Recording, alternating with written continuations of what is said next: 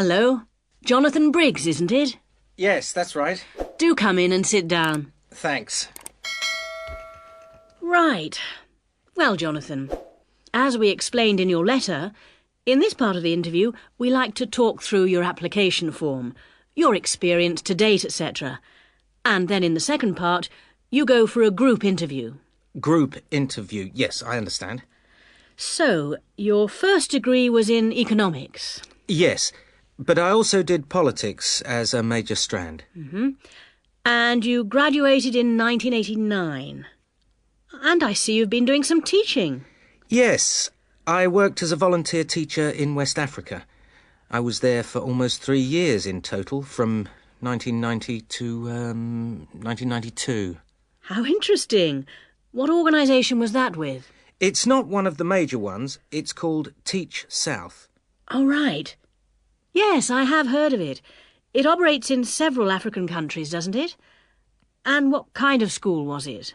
A rural cooperative. Oh, a rural cooperative. How interesting. And what did you teach? A variety of things in different years. I did, with forms 1 to 3, mainly geography, and some English with form 5. Then, in my final year, I took on some agricultural science with the top year. That's form 6. Right. Quite a variety, then. I also ran the school farm. How interesting. And how did you find the whole experience? I'll be honest with you. At the end of the first year, I really wanted to leave and come home. Oh, why was that? Well, I was very homesick at first and missed my family. Oh, yes, I can understand that. And I also found it frustrating to have so few teaching resources. But I did decide to stay, and in the end I extended my tour to a 3rd year. Right. Things must have looked up then.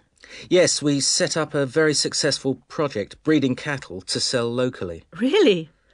And then, after a lot of hard work, we finally got funds for new farm buildings. And you wanted to see things through? Uh-huh.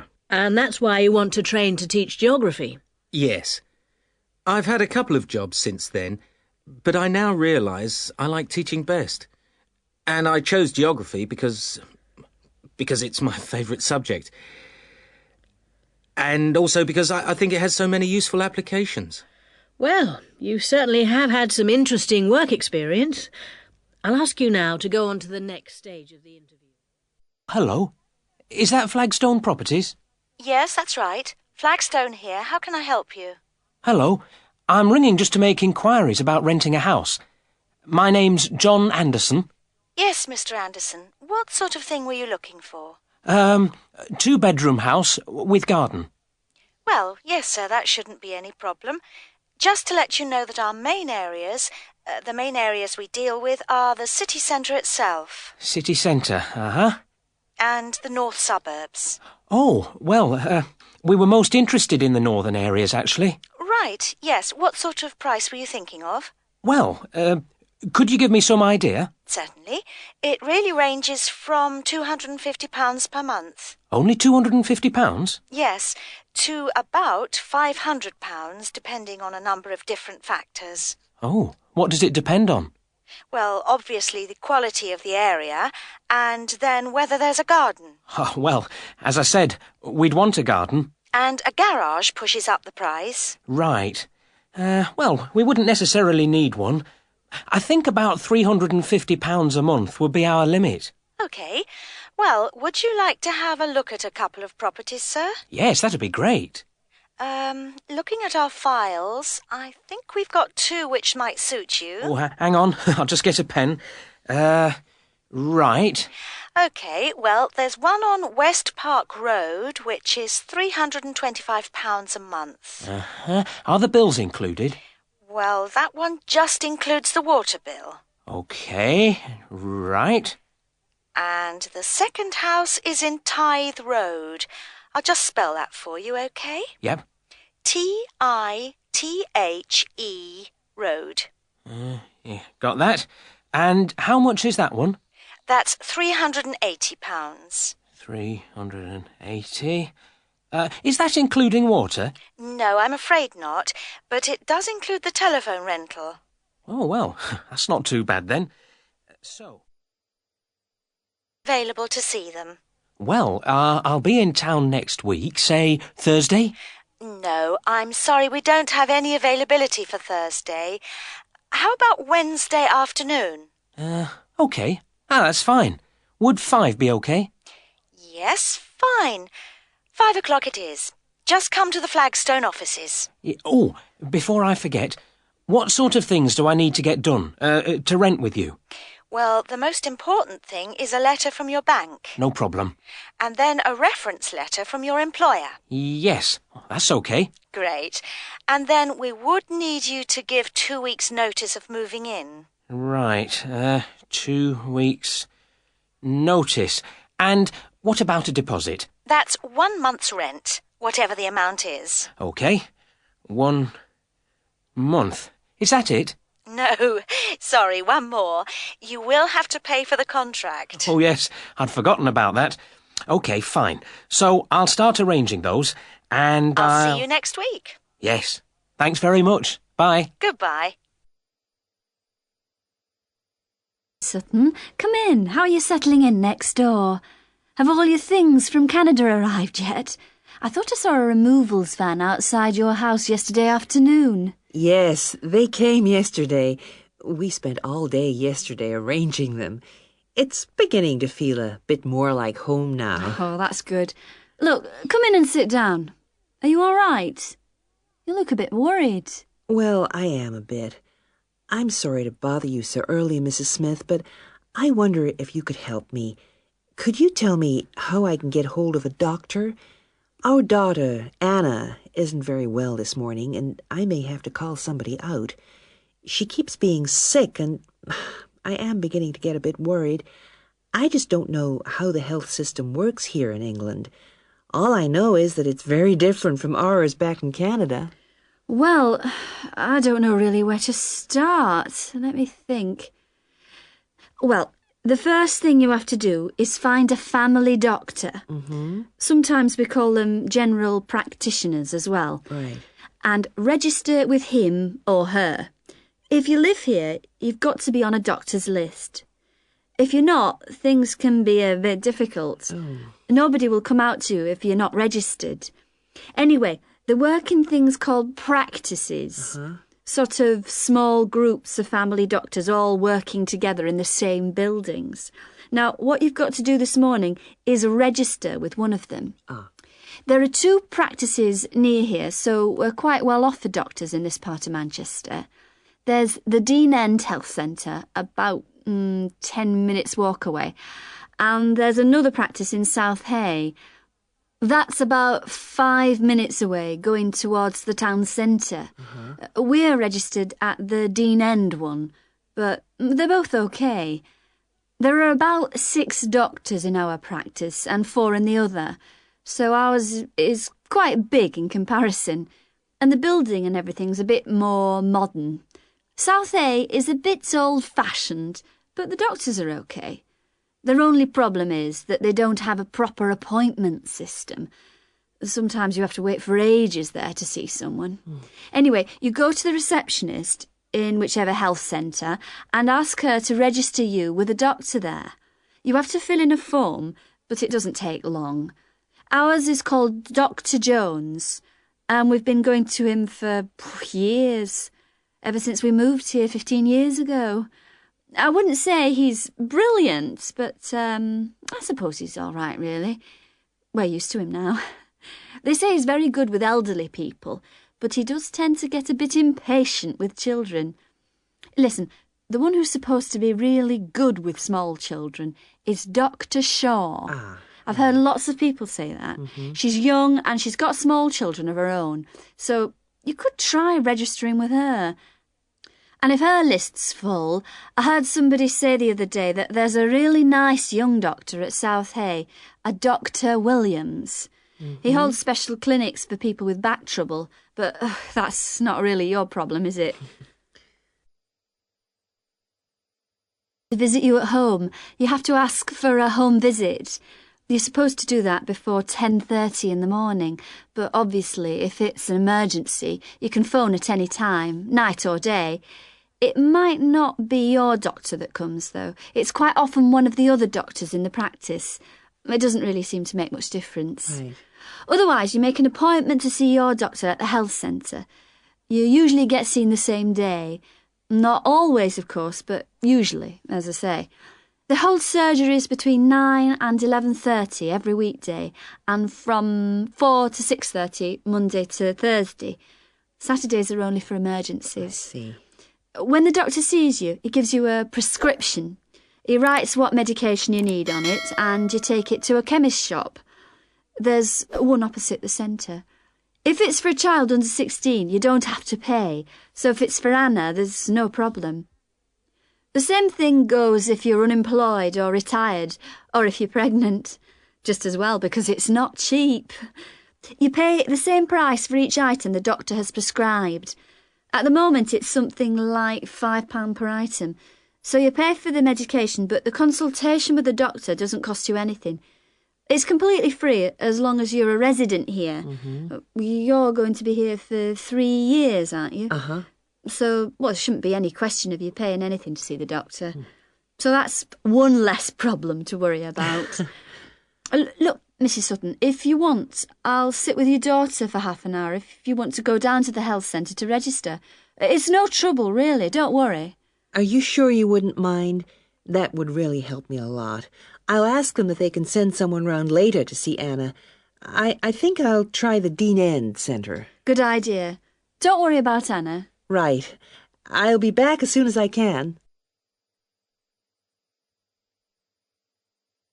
Today's Health Council is presented by Paula Clayburgh, who is the Chief Counsellor at Liverpool's famous pain clinic, the Wilton Clinic. Paula. Do you know what Prince Charles, Sevi Ballesteros and Elizabeth Taylor have in common? They all suffer from chronic back pain. In fact, bad backs are one of the most common health problems today, affecting people in all walks of life. The most recent available figures show that about 250,000 people are incapacitated with back pain every day. And many sufferers don't know the cause or the solution to their problem. The majority of our patients at the clinic tend to be women.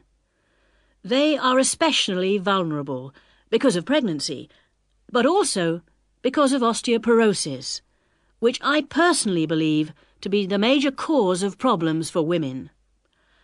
I have many women patients who say they have completely given up exercise because the pain makes them so miserable.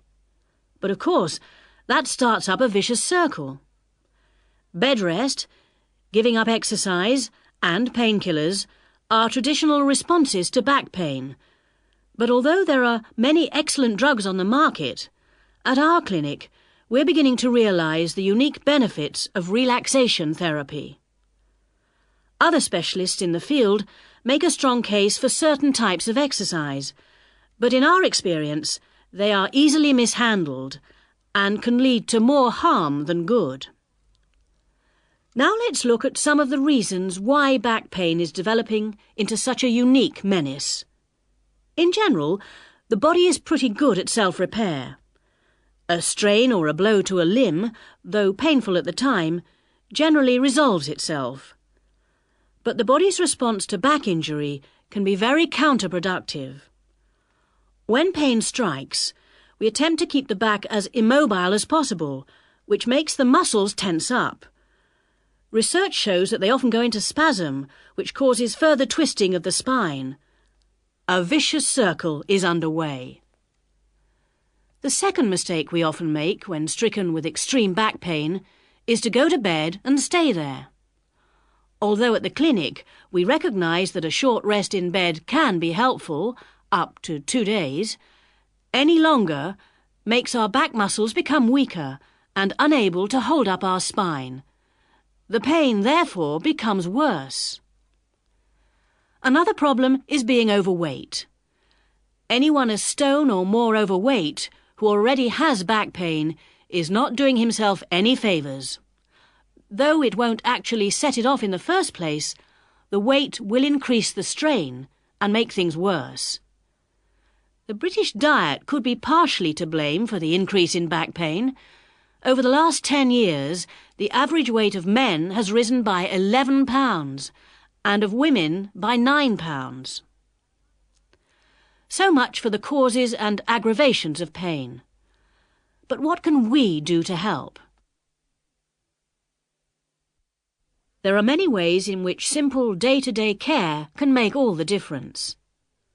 The first point to watch, of course, is weight.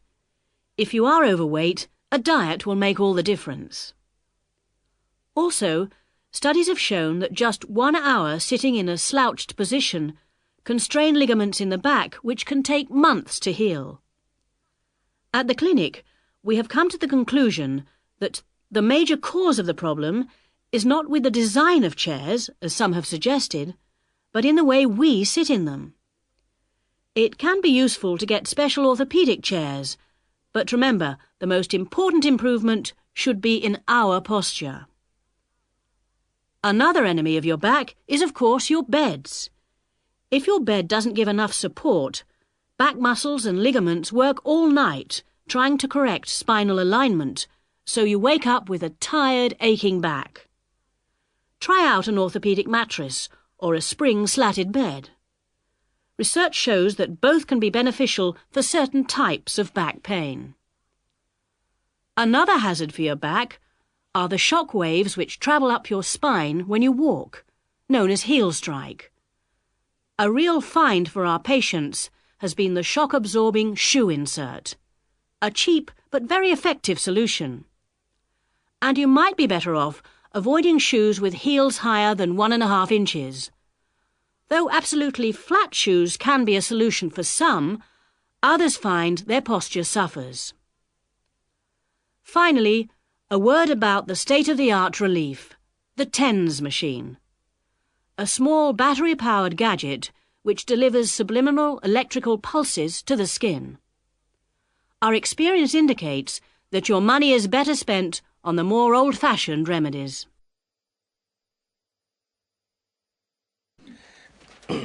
Right, are we all here?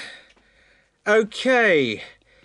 As you know, today Vivian is going to do a presentation on the hat-making project she did with her class during her last teaching practice. So, over to you, Vivian. Thanks. Mr. Yardley has asked me to describe to you the project I did as a student teacher at a secondary school in London. I was at this school for 6 weeks, and I taught a variety of subjects to a class of 14-year-old pupils. The project I chose to do was a hat-making project, and I think this project could easily be adapted to suit any age. So, to explain the project. After we'd done the research, we went back to the classroom to make 2 basic hat shapes using rolls of old wallpaper. We each made, first of all, a conical hat by, well, if I show you now, cutting out a circle and then making 1 cut up to the centre and then, overlapping the cut like this. A conical hat that sits on your head. The other hat we made was a little more complicated. First of all, we cut out a circle again, like this. Then you need a long piece with flaps on it. I've already made that bit, which I have here. You bend the flaps over and stick them with glue or Pritt stick to the underside of the circle, like this. Again, I've prepared this so that I don't get glue everywhere. The pupils do, of course, so you need plenty of covers for the table. And there you have a pillbox hat, as in pill and box. Now, variations and combinations of these 2 hat shapes form the basis of the pupils' final designs. The next stage of the project was the design phase, and this involved, first of all, using their pages of research to draw a design of their hat on paper. That's the easy part. They then had to translate their two-dimensional design into a form to fit their head.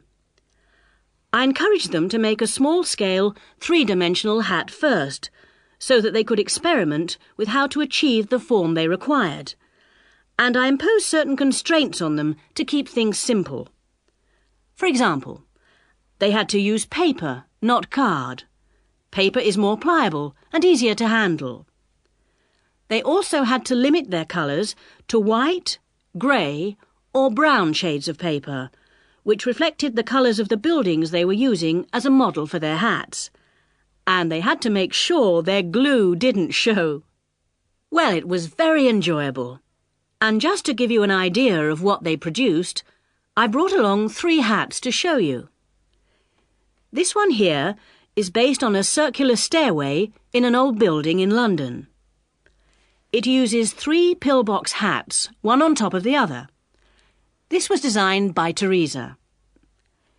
Here's another one that has a simple strip going round the base of the hat, but has then gone on to add strips of paper that come out from the base and that meet at the top of the hat, rather like a crown, making a fairly tall hat. This was made by Muriel. And lastly, there's a combination of the pillbox or single strip around the base and then the conical hat shape on top to form a castle turret. This was made by Fabrice. And there are many more that I could have brought. Thank you, Vivian. That was most interesting. Now, what we can learn from this is that... Good evening. Tonight's show comes to you from the Good Home exhibition in Duke's Court, where we've been trying out some of the latest gadgets on show here and getting our resident expert, Liz Shearer, to tell us which ones are worth buying and which will die a death. Well, hello. Yes, John, I've been investigating 4 new household gadgets and sorting out the advantages and disadvantages and then really deciding what are must-buys, what are maybe-buys and what are never-buys. Let's start with this vacuum flask for keeping drinks hot. Well, I felt this had quite a lot going for it. Most of all is the fact that it contains no glass and is therefore unbreakable to all intents and purposes. It's made of stainless steel, which is guaranteed for 20 years. Hope that's long enough. And it's true what the manufacturer claims, that it does maintain heat for 18 hours. So that's pretty good. On the downside, it really works out to be quite expensive, and much more surprisingly, it unfortunately leaves a strange taste, when you've drunk from it. So, all in all, my recommendation would be it's got plenty of advantages, but it is rather expensive, so I'd say you should maybe buy it. Moving on to a natty little device, the whistle key holder. Basically, this is where you whistle and the key holder gives off a high-pitched noise and flashes light, so you can find it. One advantage of this model is that it also has a small light. You press the button, and this means you can find keyholes easily.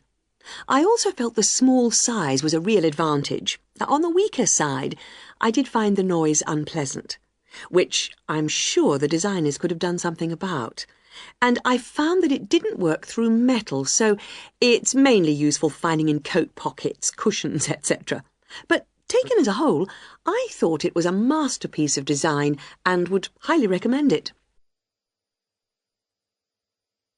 The third gizmo is called the Army Flashlight because it was developed initially for military use. It works by squeezing the handle to generate the power. Its advantages are that it can be used for outside activities and also, and this is one of the surprising features, it does work underwater. My main objection to it, though, was although it did work in these conditions, this model gave off a weak light. So my recommendation, I'm afraid, would have to be to avoid this one. The decoy camera was last on my list. This is a fake video camera which you fix to your wall to scare off burglars. The advantage of this model is something which makes it look very realistic. It's flashing light. On the downside, it was quite difficult to fix to the wall. However, Burglary is such a major problem these days that it is worth the effort. So, this gets my strong recommendation. OK, thanks for that, Liz. And now I'd like to... That is the end of section 2. Good morning. Good morning. Morning.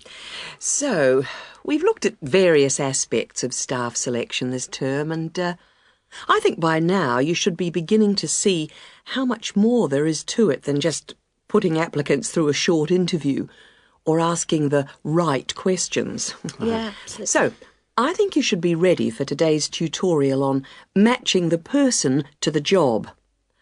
We're going to talk today about the importance of choosing that all-round right person. Right, so we have to put ourselves into the role of the manager or supervisor. Yes, and then we're going to imagine how different applicants would fit into the team or group they have to work with. We'll look at some examples later. It's just theoretical at the moment. Yes. The point is, you can select someone, even a friend, who has all the right qualifications, degrees, certificates, whatever. You can also check that they have a lot of experience, that they've done the sort of tasks that you want them to do in your office already, in a similar environment. But if they start work, and you realise that they just don't get along with everybody else, that, say, they've got sharply contrasting views on how something will work, well, with the best will in the world, you may be backing a loser. Wouldn't it be just a question of company training, though? Not always, particularly in a team situation. And I think it's important to think in terms of that type of working environment. People have to have faith in each other's ability to carry out the task their boss has set them.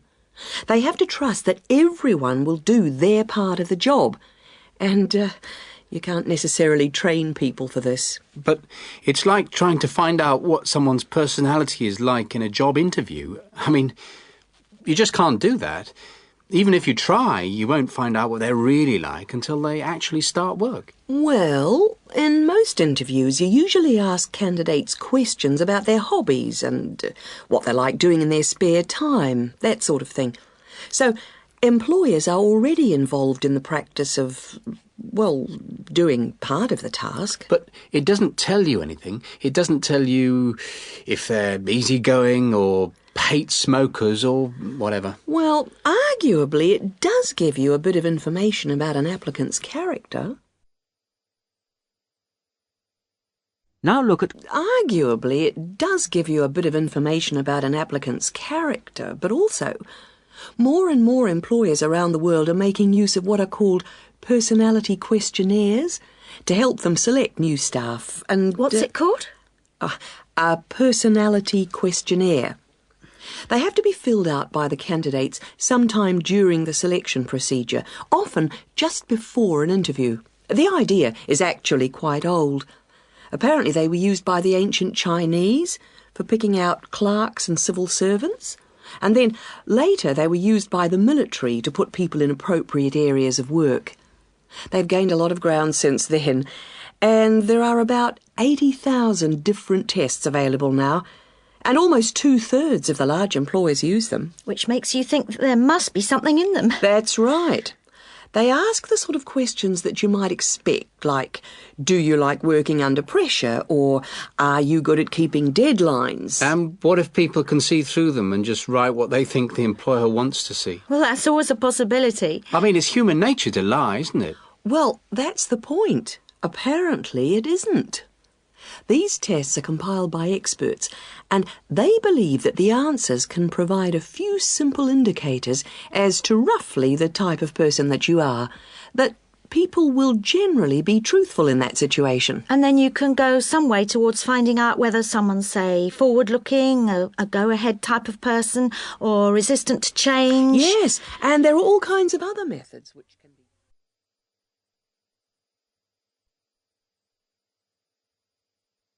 Sorry to keep you waiting. Well, firstly, let me give you this booklet. It tells you a bit more about the school, the courses and the social activities we offer. Now, on the first page, there's an outline of this morning's activities. There, you see. The programme starts at 10 o'clock.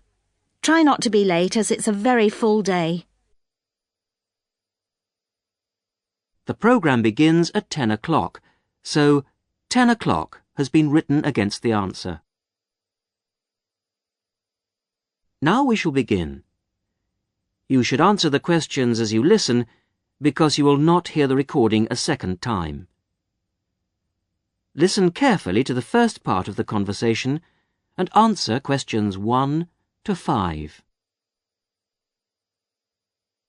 Sorry to keep you waiting. Well, firstly, let me give you this booklet. It tells you a bit more about the school, the courses, and the social activities we offer. Now, on the first page, there's an outline of this morning's activities. There, you see. The programme starts at 10 o'clock. Try not to be late, as it's a very full day. At 10 o'clock, all the new students will gather in the main hall to meet the principal and the rest of the staff. In fact, you spend most of the morning in the main hall. Where's that? I'll show you in a minute. Just let me quickly run through this morning's events first, and then I'll explain how to get there. Yes, OK. Right, where were we? Yes, so the principal's talk will last about 15 minutes, and then the director of studies will talk to you for half an hour about the courses and the different requirements for each. After that, the student advisor will tell you about the various services and activities we offer to students. Any questions? So, all of this is in the main hall? That's right. And then you'll go next door to classroom 5 at 11 o'clock. What happens there? You'll have a test. Test? I don't like the sound of that. What sort of test? Oh, it's nothing to worry about. It's just a placement test to help us find your level of English so that we can put you in the right class. It won't last long. But how do I find the main hall? Right. If you look on the back of the booklet I gave you, you'll see a map of the school.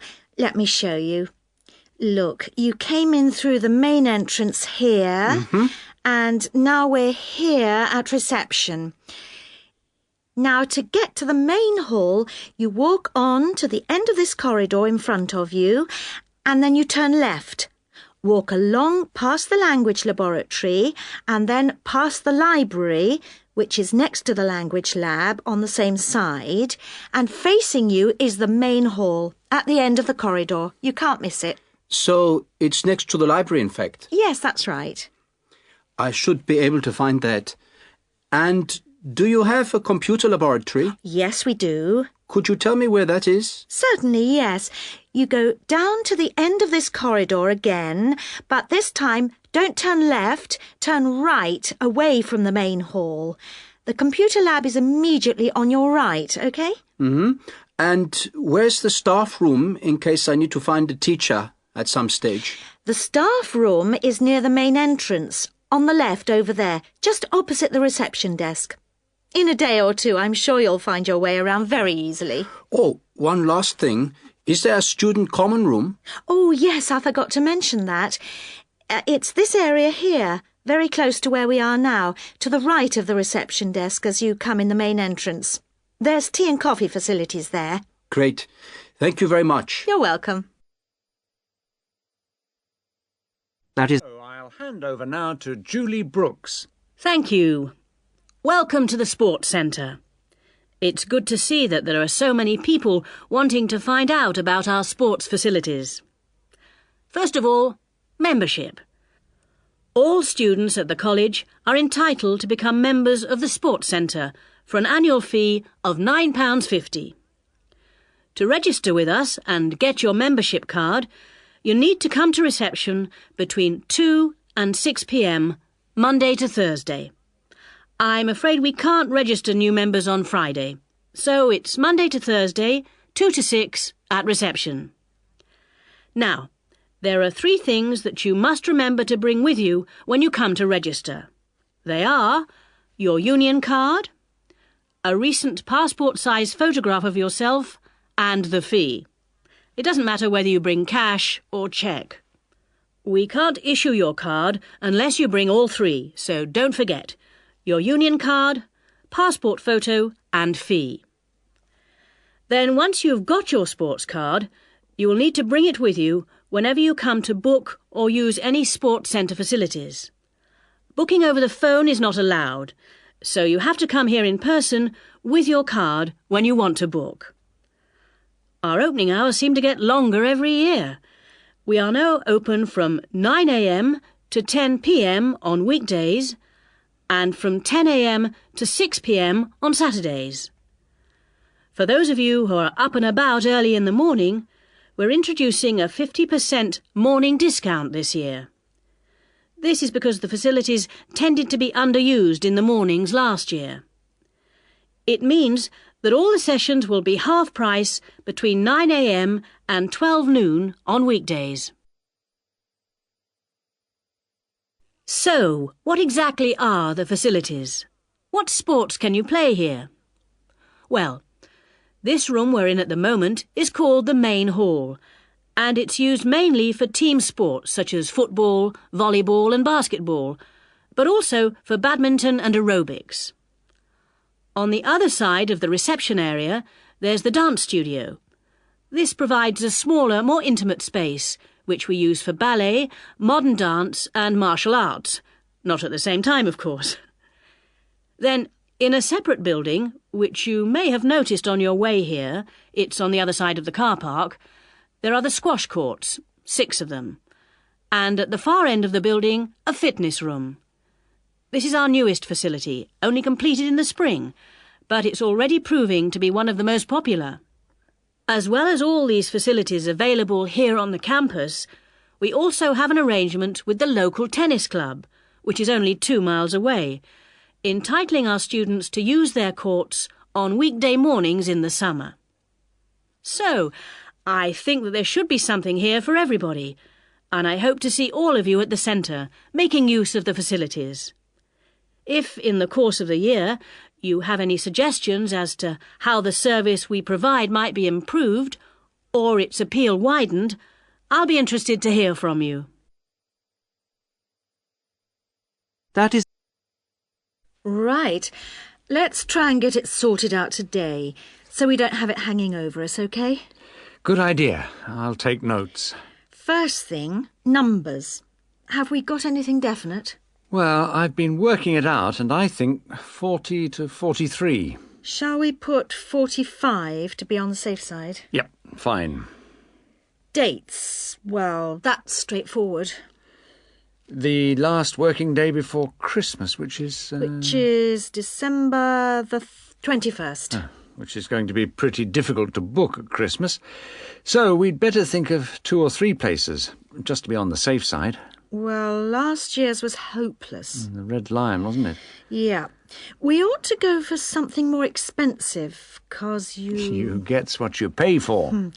That new Indian restaurant in Weatherfield is supposed to be excellent. The Rajdoot. Oh, how do you spell that? Rajdoot.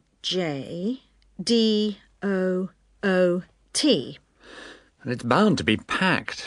Well, let's put that down as the first choice and have some backups. What about the Parkview Hotel as a second choice? Yes, that's always reliable. Parkview Hotel. And the London Arms, in case.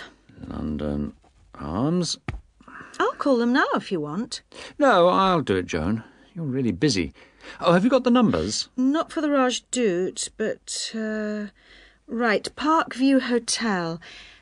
777192 and London Arms 208657. Great.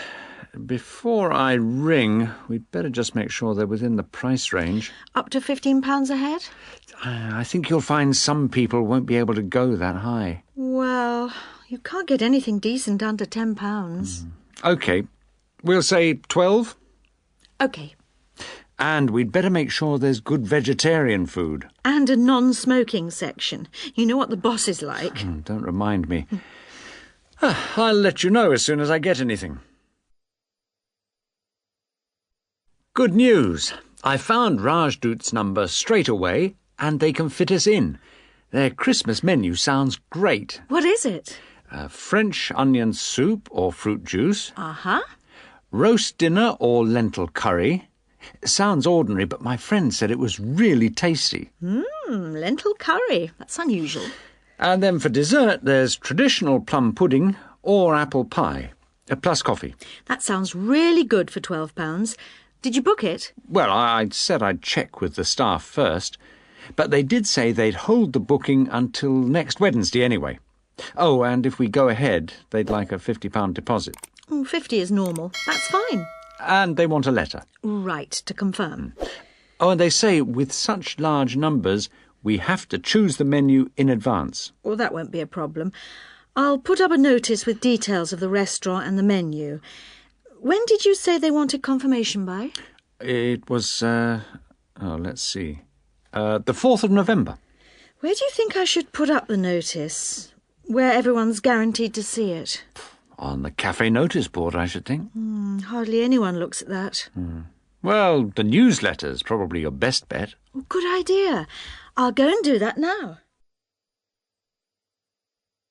I'd like to introduce Ted Hunter, who used to rear sheep and poultry, but who is here to tell us about a rather unusual type of livestock that he's been concentrating on in the last few years. Ted Hunter is a member of the Domesticated Ostrich Farming Association and is here to tell us about the possibilities of breeding and rearing these birds in this country. Thank you, Paula.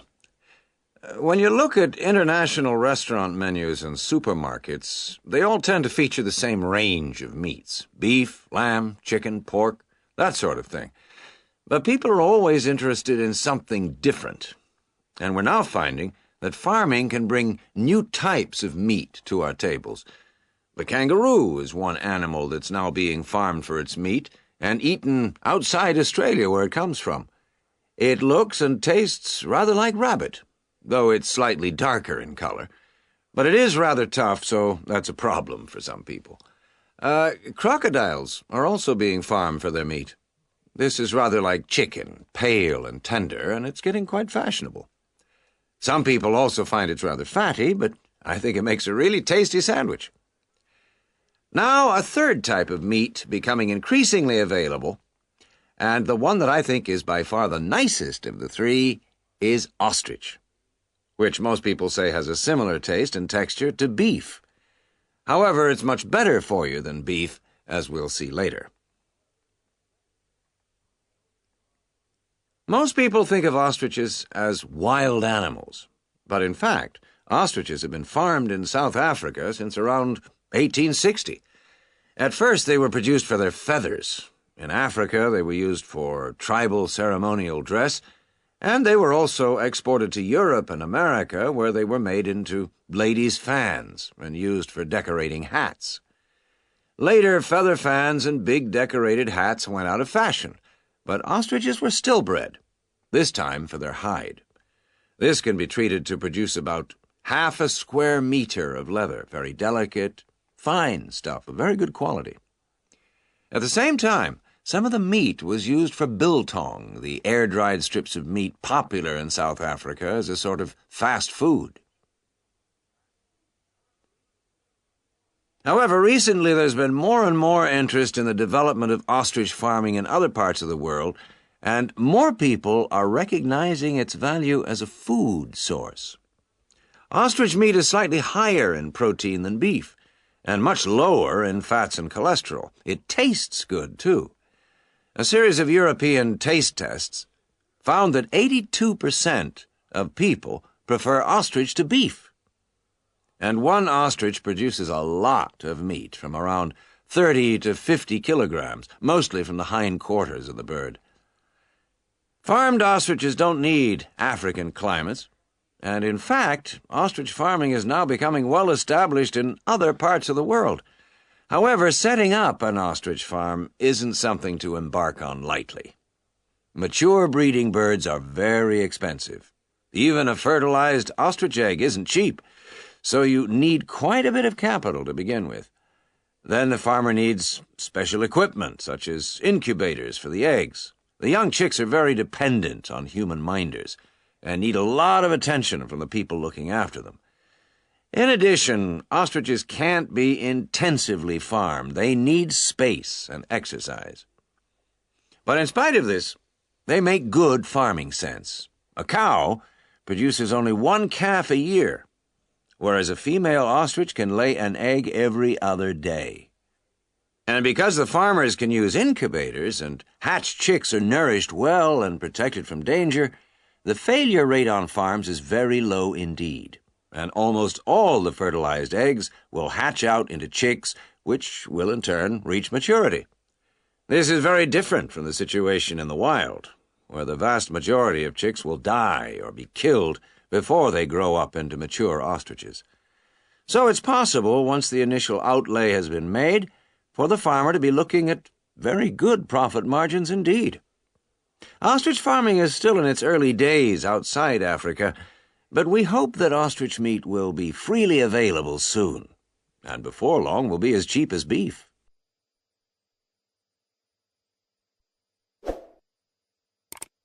Good morning, Mrs. Collins. I just wondered if you could help me with this entry form for the Young Electronic Engineer competition. Hello, John. Oh, you've made the jigsaw for blind children with the bleeper.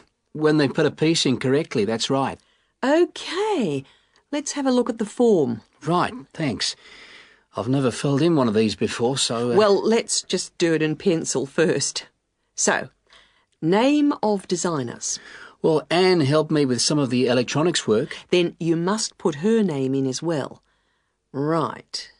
Anne Ray. Sorry, it's A-N-N-E, and her surname is spelt R-E-A. Good start. OK, R-E-A. And age is easy. You're both 16. What have you called the design? Keep it short. What about jigsaw puzzle design for visually handicapped? Too long. Just say blind puzzle. That'll do. OK. Right now, size of equipment? I've got it noted down here. Yes, width is 20 centimetres. OK. Length is 50 centimetres, and then the depth is, well, it's very little. What would you say? I think you can be approximate. I'd say 2.5 centimetres. And the electricity supply? Is it mains operated? No, it isn't. It's actually battery. OK. Right, battery. Fine. OK, it's the next bit that I'm really not sure what to put. Well, special features means what is really new about this? You know, suitable for the group you made it for. Well, it's safe for children. That's fine. Put that in. OK. And of course, we think it's educational. Yeah, there you are. You've done it. Anything else? Well, I think the price is good. That's probably the most important factor. OK, cheap price. Which brings us on to the next bit. What's the cost? Well, the pieces we made out of old wood, they cost, $5. And the electrics? They were more expensive, say $9.50. Brilliant. Now, what do they mean by other comments? It's just a chance for you to say anything about the equipment and problems you envisage. Well, we'd really like help with making plastic instead of wooden pieces. Well, put something like, need help to make plastic pieces. OK. And the other thing is, we'd like to develop a range of sizes. Well, that's fine then, just put that. And the last bit is, when will you send the equipment? Well, we've got a lot of work on at the moment, and we want to get it as good as we can. Well, say 25th of June? Can't we make it later? Well, the last date is the 1st of July. Why not say that? OK, that's what I'll put. So, that's the lot. That's brilliant. Thanks very much, Mrs. Collins. I'll send it off straight away. Glad to be of help. Very best of luck to you both. Thanks. Bye. Bye.